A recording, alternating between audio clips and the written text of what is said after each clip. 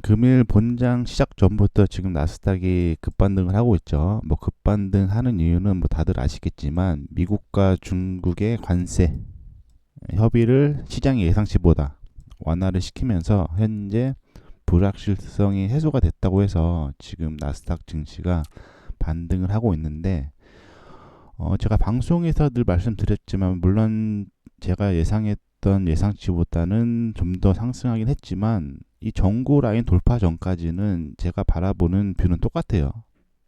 제가 바라보는 뷰는 똑같다라는 거죠. 하락 파동 중에서도 반등 파동은 있다라는 거죠. 하락 파동 중에서도 반등 파동은 있고 전고를 넘기지 못하면 하락 3파, 최소 하락 3파나 하락 5파가 나와야지 마무리를 짓고 여기서 역회된 숄더로 잡고 다시 한번 추세가 상방으로 바뀌는 거죠. 이 말은 다시 말해서 현재 트럼프의 관세 쇼크로 인해서 전 세계 증시가 폭락을 했죠. 그리고 국내에서는 지금 뭐 엔비디아, 테슬라, 뭐 팔란티어 등도 많이 들어가 있고 저점에서 잡지 못하셨던 분은 아직까지는 손실 구간이긴 할 거예요. 아직까지는 손실 구간이긴 할 거고 이 말은 다시 말해서 지금의 반등의 기회가 어떻게 보면 물량을 줄이거나 아니면 손절을 하고 나서 미증시가 다시 한번 하락 3파로 전고를 뚫지 못하고 이런 식으로 하락 3파로 내려오게 되면 이 구간에서 물량을 축소를 하든지 아니면 손절을 하고 나서 현금을 확보한 뒤에 하락 3파가 나와서 관세 쇼크에 일자 저점이 깨지고 다시 한번 추가 쇼크가 나왔을 때 이때 잡게 되면은 훨씬 많은 수량을 잡을 수 있겠죠.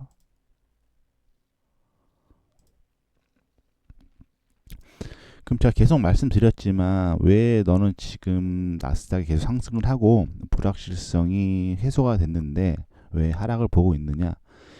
이거 분석하기 앞서서 간단히 설명드리면 뭐 제가 바라보는 뷰긴 해요. 현재 지금 중국하고 원래 트럼프가 상당히 강하게 나갔죠. 중국한테. 왜냐면 그 트럼프가 바이든 이전에 한번 대통령을 했고 그 전에도 무역 전쟁으로 중국을 많이 괴롭혔죠. 해서 강하게 나갔는데 지금 미국의 채권, 국채가 흔들리니까 지금 카더라긴 해요. 중국 쪽에서 뭐 채권, 국채를 사들이기로 합의를 본 거 아니냐라고 지금 카더라가 있긴 한데 지금 그렇게 되면 트럼프가 이제 시장에서 이제 조리돌림을 추후에 조리돌림을 많이 당하겠죠. 트럼프 성향 아시겠지만 얘가 오늘은 뭐 이렇게 한다고 했다가 뭐 내일은 말을 바꾸고 뭐 전략 자체를 뭐 손바닥 뒤집듯이 계속 바꾸죠. 계속 바꾸기 때문에 현재는 단기적인 호재일 수는 있어도 이 트럼프 성향상 앞으로의 국제적인 시장에서 조리돌림을 당할 게 뻔한데 이게 언제 바뀔지 모른다라는 거죠. 그래서 제가 왜 지금 계속 이 전고를 돌파하기 전까지는 왜 지금 계속 하락 3파로 지금의 반등력이 강한 건 사실이에요. 네, 안녕하세요. 반등력이 강한 건 사실인데 이 하락 3파로 왜 계속 빠질 거라고 보고 있는지에 대한 말씀을 드릴게요. 일단 시장 뭐 박스장이 있고 추세장이 있죠. 하지만 이 추세장 같은 건 잘 안 나와요. 실질적으로 뭐 8번의 박스장이 있으면 뭐 한 2번의 추세장 즉 주가가 원웨이로 가는 방향으로 계속 달린다라는 거죠. 지금 어떻게 보면 이제 하락 추세 트럼프 쇼크를 받고 지금 반등 중에 있지만 일단은 하락장이에요. 고점에서 지금 떨어져 폭락을 줬기 때문에 현재는 하락장이라는 거죠. 그럼 과거의 하락장의 패턴, 특징이 어땠느냐? 지금이 보시게 되면 어떻게 보면 트럼프의 관세 쇼크죠. 트럼프의 관세 쇼크고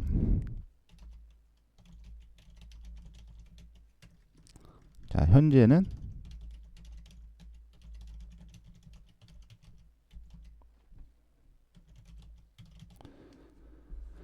자, 현재는 트럼프의 관세 쇼크의 상황이죠. 관세 쇼크의 상황에서 트럼프가 말을 바꾸고 계속 번복하죠. 뭐 오늘은 뭐 관세를 올린다고 했다가 뭐 내일은 내린다고 했다가 뭐 관세를 깎아준다고 했다가 지금 다시 한번 관세 쇼크로 증시가 폭락을 하니까 미국의 국채 채권이 흔들렸죠. 대거 매도가 나오면서 이 말은 다시 말해서 기축통화인 달러의 위상이 흔들렸다는 거죠. 그러면서 트럼프가 뭐 관세를 유예해 준다고 했다가 오늘 중국하고 관세 합의를 했는데 시장의 예상치보다 훨씬 좋게 발표가 됐죠. 좋게 발표했는데 어떻게 보면 지금 이 증시 쇼크는 앞전에 지금 트럼프의 관세 쇼크 이전에는 무슨 쇼크가 있어? 그러니까 큰 파동으로 뭐 단기 하락 파동이 있었지만 그 전에는 양적 완화 부작용인 금리 인상 쇼크가 있었죠. 금리 인상 쇼크. 자, 이전에는 뭐가 있었냐? 이전에는 팬데믹, 코로나 쇼크가 있었죠. 코로나 쇼크가 나오면서 증시가 폭락을 했죠. 자, 이전에는 큰 파동으로 봤을 때는 2007년도, 2008년도에 미국발 부실 대출, 서브프라임 모기지가 있었죠.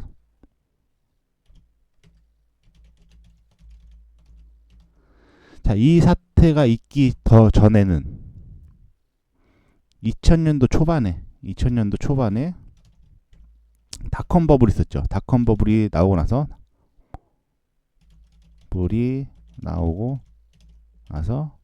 버블이 꺼지면서 버블 쇼크가 있었죠. 자, 이렇게 5개가 증시상에서 가장 컸던 쇼크죠. 현재 트럼프 관세 쇼크 바로 직전에는 코로나 양적 완화의 부작용인 소비자 물가 폭발로 인해서 금리 인상 쇼크가 있었고 그 직전에는 코로나19 팬데믹 코로나 쇼크가 있었죠. 그 직전에는 미국발 주택담보 부실 대출 서브프라임 모기지 사태가 오면서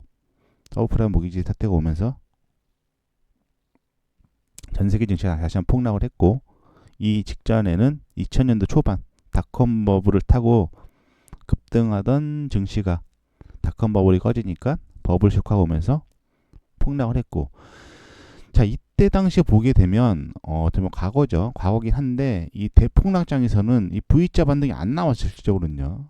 지금 뭐 사람들은 이제 불확실성이 해소가 됐으니까 관세 쇼크의 불확실성이 해소가 되고 나서 지금 V자 반등도 나올 수 있지 않느냐. 뭐 이런 식으로 지금 이제 시장에서는 오늘 금일 이제 중국과 미국의 무역 협상이 완화가 되면서 이렇게 생각할 수 있는데 과거에 단 한 번도 대하락장에서는 단 한 번도 V자 반등이 나오지 않았어요. 하지만 지금같이 패턴이 똑같았죠. 어떤 식으로? 1차적으로 증시 쇼크가 오면서 폭락을 한 다음에 기술적 반등이 나왔어요. 기술적 반등이 나오고 나서 정고를 뭐 좀 더 상승했던 적도 있고 조금 더 많이 상승했던 적도 있는데 정고를 돌파하지 못하게 되면 쇼크를 맞던 시점에 고점을 넘기지 못하게 되면 결국은 하락 3파 이상은 파동을 만들어줘야지 하락 파동이 끝났다라는 거죠. 자, 그러면 앞전부터 2000년도 닷컴 버블, 2007년도, 2008년도 서브프라임 모기지 사태, 그리고 코로나 쇼크, 양적 완화의 하락 파동을 한번 살펴보면, 그러니까 지금 판단은 뭐 잘 하셔야 될 거예요. 왜냐하면 물론 제가 분석하는 내용이 틀릴 수도 있지만 이것도 몇 번 말씀드렸죠. 제가 물론 분석하는 내용이 틀릴 수는 있지만 만약에 현재 하락 2파동에 현재가 고점 구간이라면 하락 3파로 저점을 깨고 내려가는 파동이 나올 가능성이 높고, 이렇게 되면 시가총액 상위 종목들, 뭐 기술주들이죠. 특히 국내에서도 많이 들고 있는 뭐 엔비디아, 테슬라, 뭐 팔란티어, 구글, 애플, 메타 등등도 최소 마이너스 30%에서 현재가 기준으로 50% 이상 조정이 들어올 수 있다라는 거죠.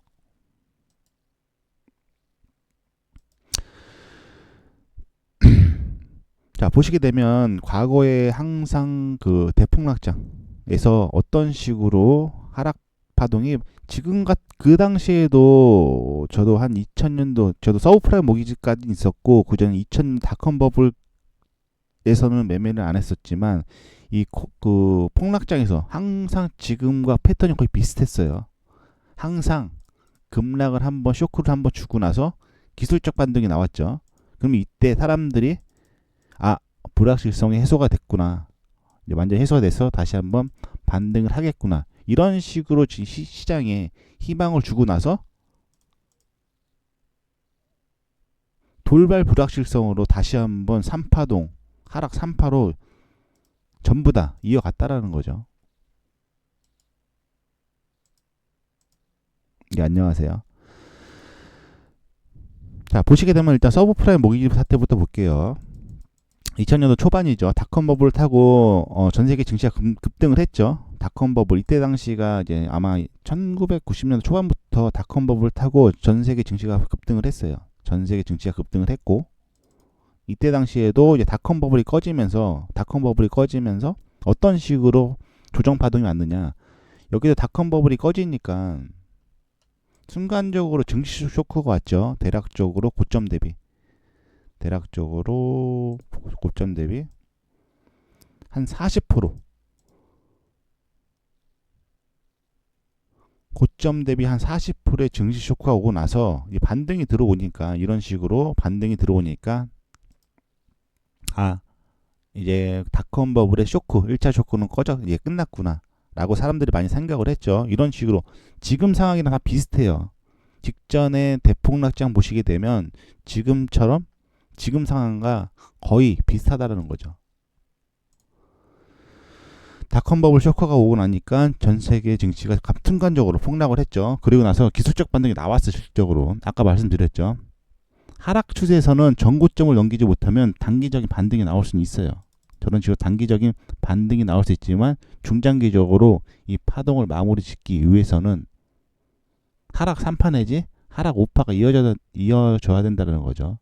자, 닷컴 버블 때 어떤 식으로 파동이 이루어지고, 이런 1차 쇼크의 저점을 어떤 식으로 깨고 내려갔는지.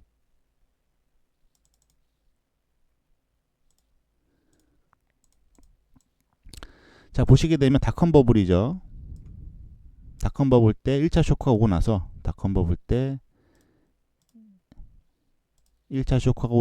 반등이 나오니까 기술적 2차 반등이죠. 하락 파동 중에 2차 반등이 나오냐니까, 이때도 불확실성이 해소됐다고 아마 시장에서 해석을 했을 거예요. 그러고 나서 다시 한번 하락 3파, 하락 4파, 하락 5파까지 쭉 밀렸죠. 지금 제가 보는 나스닥의 위치가 계속 이 구간이라 계속 말씀을 드리는 이유가 그거예요. 하락 파동 중에서도 반등 파동이 있다라는 거죠. 불확실성이 해소가 됐다고 시장에서 해석을 하고, 하지만 하락 파동이 중장기적으로 1차 쇼크가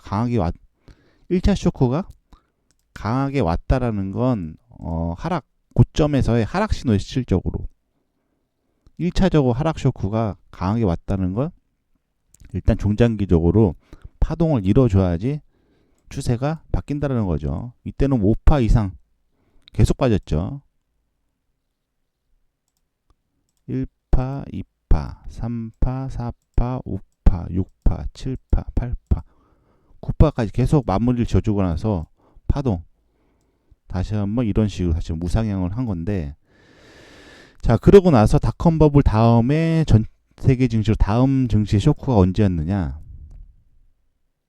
언제였죠? 닷컴 버블 다음에, 지금 말하는 건 뭐 중장기적으로 단기 쇼크는 있을 수 있었지만, 이제 큰 파동, 큰 하락 추세가 이어졌을 때, 자, 2007년도, 2008년도에 미국에서 주택담보부실대출 서브프라임 모기지 사태가 터졌죠. 모기지 사태가 터지면서 다들 아시겠지만 이때 당시에도 전세계 증시가 폭락을 했죠. 지금 말씀드리는 건 똑같아. 계속 지금 왜 계속 말씀을 드리냐면 1차 쇼크가 강하게 오고 나서 반등은 기술적 반등의 가능성이 상당히 높다라는 거죠. 자, 무슨 말 이해되시나요? 이 닷컴 버블 당시에도 1차 쇼크가 강하게 왔죠. 닷컴 버블 당시에도 고점 대비 한 25% 정도 쇼크가 왔죠. 25% 정도 쇼크가 왔고 닷컴 서브프라임 모기지 당시에도 이런 식으로 1차 쇼크가 왔죠. 1차 쇼크가 오고 나서 자 보시게 되면 기술적 반등이 나왔어요. 이런 식으로 하락 파동 중에서도 기술적 반등은 나온다라는 거죠. 기술적 반등은 나오되 전고를 돌파하지 못하게 되면 하락 1차 쇼크 이후에 기술적 반등이 나온다고 하더라도 전고 라인을 돌파하지 못하게 되면 파동은 계속 설명드리죠. 최소 하락 3파는 이어져야지만 쇼크가 완화가 된다라는 거죠. 이때도 1차 쇼크를 맞고 나서 1차 쇼크를 이때 당시에 똑같아요. 이때 당시에 저도 시장에 있었으니까 어떻게 보면 단기적인 미증시 쇼크가 크게 왔죠. 크게 오고 나서 반등이 들어오니까 지금과 같이 주택담보 부실대출 서브프라임 모기지 불확실성이 해소가 됐구나 라고 했죠. 지금과 거의 비슷해요. 거의 흡사하죠. 그러고 나서 지금 사람들이 주식으로 몰려들기 시작하니까 결국은 파동 자체가 하락 3파 보이시나요? 이런 식으로 기술적 반등을 주고 나서 어떻게 보면 이제 개미들 꼬시기죠. 1차 서브프라임 모기 사태 1차 쇼크가 오고 나서 기술적 반등을 주면서 불확실성이 해소가 됐으니까 주식을 매수해도 된다라고 시장에 여론을 조성하고 나서 물량을 치른 다음에 다시 한번 3차 쇼크가 왔다라는 거죠. 마찬가지로 현재 나스닥이 지금 기술적 반등이 2차 구간에 있다고 판단을 하는 거예요. 전고를 돌파하지 못하는 이상. 자, 무슨 말 이해되셨나요?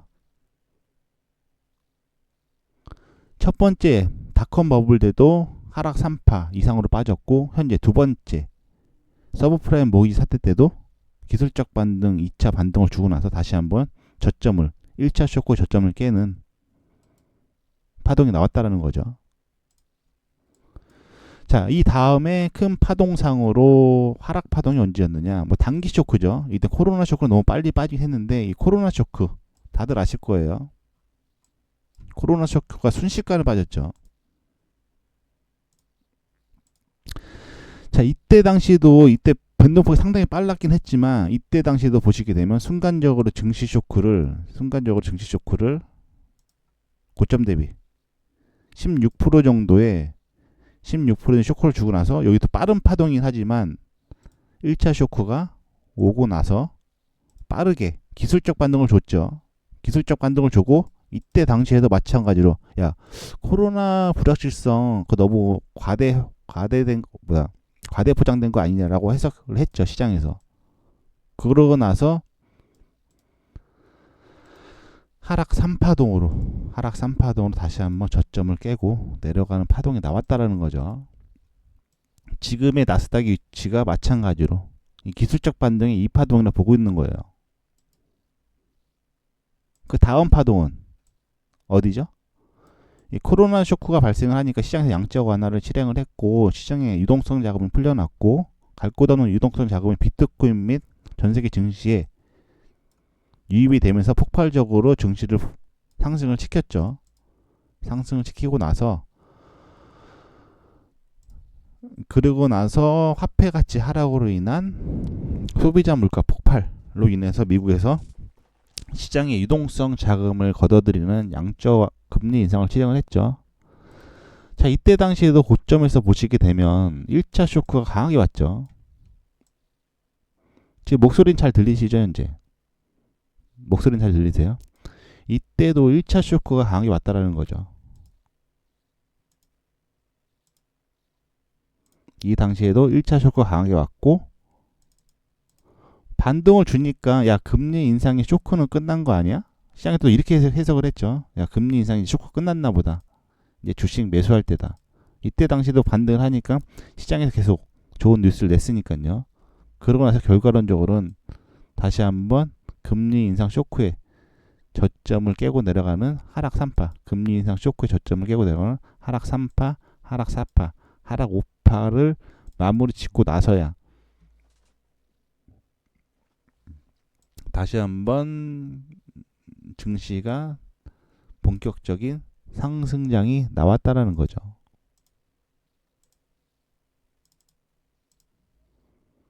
자, 여기까지 되시나요? 지금 드리고 싶은 말씀은 1차 쇼크가 강하게, 어떻게 보면 이제 하락 추세에 있어서 1차 쇼크가 강하게 오고 나서 과거에, 지금도 보시게 되면 앞전과 같은 쇼크죠. 이 하락 쇼크가 1차적으로 강하게 오고 나면 기술적 반등이 나왔다는 거죠. 닷컴 버블, 서브프라임 모기지, 코로나 쇼크, 금리 인상 쇼크 때도 1차 쇼크가 강하게 밀고 내려오고 나서는 기술적 반등이 나오면서 시장에서는 1차의 쇼크의 불확실성이 해결이 됐다라고 하고 시장에 투자를 유도를 했죠. 유도를 하고 나서 결과론적으로 밀어냈다라는 거죠. 자, 이것도 잘 모르시는 분도 계신데 대부분 개인들은 주식을 매수를 하잖아요. 대부분 개인들은 주식이 물론 요즘에 이제 많이 해외 쪽으로 미국 쪽으로 넘어가서 이제 숏포지 뭐 반도체 숏, 뭐 엔비디아 숏 같은 거 숏이 이제 주가가 하락을 하면 수익이 나는 거죠. 뭐 제가 들고 있는 포지션도 숏이긴 하고 하지만 대다수 시장의 95% 이상의 투자자들은 주식을 매수를 해서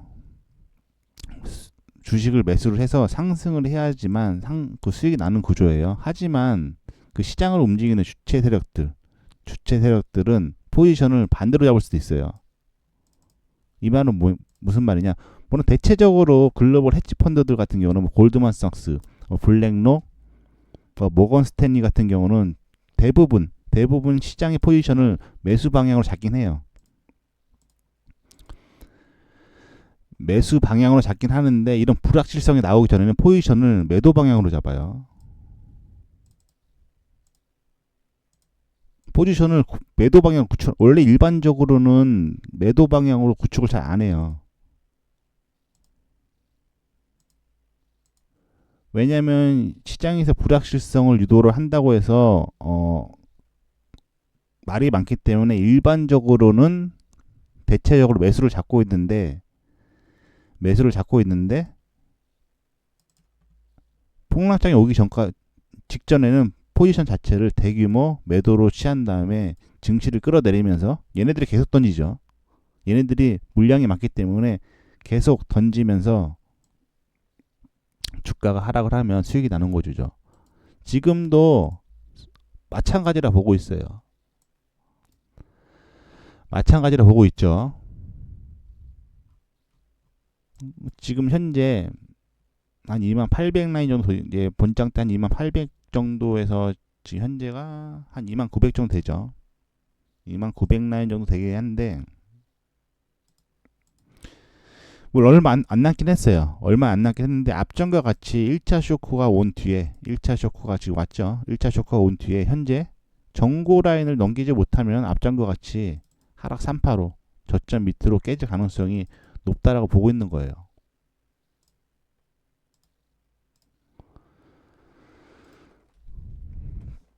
자, 무슨 말인지 이해되시나요?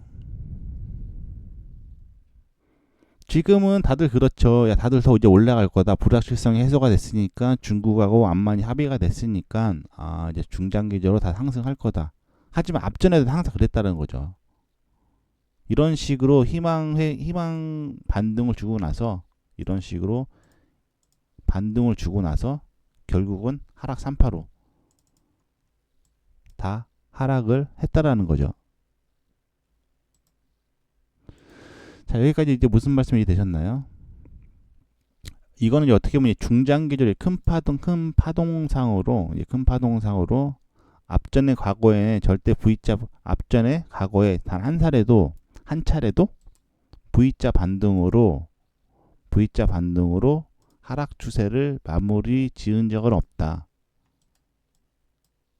물론 앞전에도 마찬가지로 뭐 닷컴 버블의 1차 쇼크, 서브프라임 모기지 사태의 1차 쇼크, 그리고 코로나19 때의 1차 쇼크, 금리 인상 때의 1차 쇼크 때도 마찬가지로 1차 쇼크를 주고 나서, 지금 이제 트럼프 관세 쇼크죠. 1차 쇼크를 주고 나서 기술적 반등이 다 무조건 나왔다는 거죠. 기술적 반등이 나오고 나서 시장에서 이제 불확실성이 해소가 됐다 라고 해서 주식 시장에 자금이 유입이 될 때 다시 한번 밀어내면서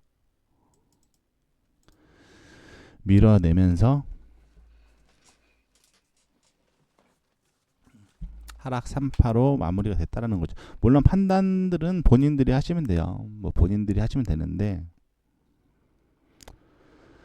오늘 미국하고 중국하고 그 관세가 완만히 합의가 되면서 지금 대기장 때 많이 오르고 있는데 물론 예상치보다 많이 오르긴 했는데 기술적 분석상으로 지금 안 좋아요. 기술적 분석상으로도 지금 헤드앤숄더 1차적으로 지지선 이탈 후에 되돌림 저항 구간이죠. 거의 지금 되돌림 거의 저항 구간에 붙어 있는 걸로 보이는데, 자, 외추세선 라인이 있어요. 이런 식으로 외추세선이 이루어지고